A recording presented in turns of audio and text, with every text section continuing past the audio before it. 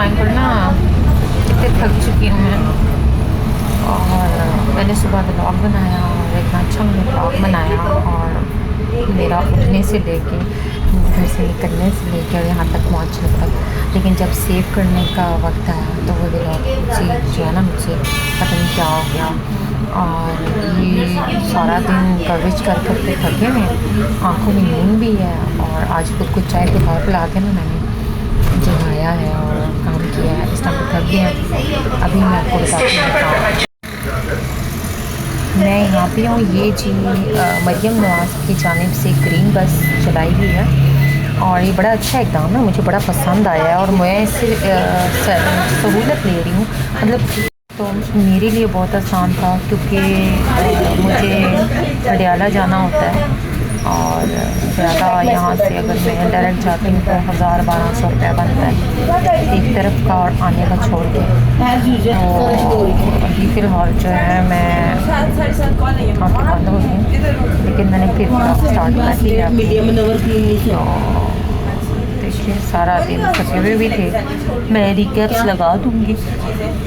हम लोग जब पीटीपी में होते थे ना, तो वहाँ पे ना वो कहते थे कि रिकैप लगाना है, वो शॉर्ट्स लगाना है। तो वो उस टाइम पर ना मैं पुराने लोगों से मिलती थी, बात करती थी, तो मैं कहती थी कि यार ये तो पुरानी बात जो ये कर रहे हैं क्या कर रहे हैं। लेकिन आज समझ में आता है कि वो बातें क्या होती थी, हमको शूट करना पड़ता है। उस टाइम में तो ज़्यादा कैमरे नहीं होते थे, कैमरा मैन हुआ करता था।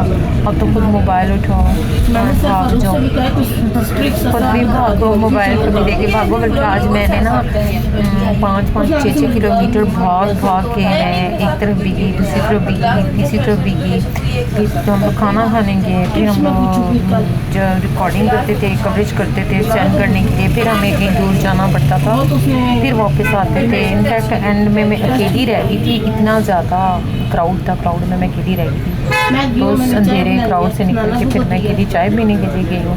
फिर वापस आके मैं अपने काम की जगह पे बैठ गई हूँ, काम करना शुरू कर दिया। और भूख भी लग रही है। धरने में बिरयानी भी थी, आलू और चिकन वाला वो भी था, हलवा भी था, मेवे भी थे, लेकिन हमारे लिए नहीं थे। वो पीटीआई के नवाम के लिए थे जिन्होंने नारे लगाने थे। तो भैया हम नारे वाले कौम तो नहीं थे ना, हमने तो उनकी फुटेज बनानी थी, कवरेज करनी थी, इंटरव्यू करनी थी। क्या कह सकते हैं, मैं अपने दुख सुना रही हूँ, आप लोग कह रहे हो कि देखो सिर्फ अपने दुख सुना रही है। दुख नहीं सुना रही, मैं सारे दिन की दास्तान सुना रही हूँ कि क्या हुआ, कैसे हुआ। कोई बात नहीं, सब्र पार्वती, सब्र करना बहुत ज़रूरी है।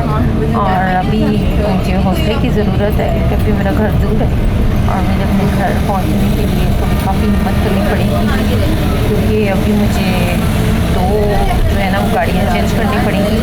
रीज़न ये है, डायरेक्ट भी जा सकते थे, लेकिन जितने में वो मुझे डायरेक्ट लेके जाता ना, उतने में उससे अच्छा था कि मैं ना आप भी जाती VIP तरीके से चेंज हो जाती।